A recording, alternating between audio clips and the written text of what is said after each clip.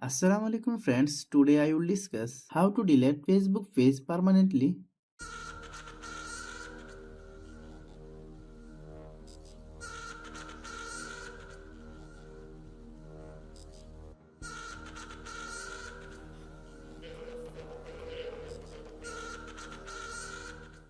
Open any browser, log into your Facebook account, click pages, then go to your page,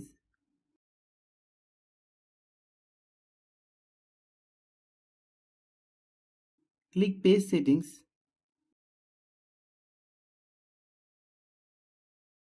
click remove page, click delete your page, click permanently delete, click delete.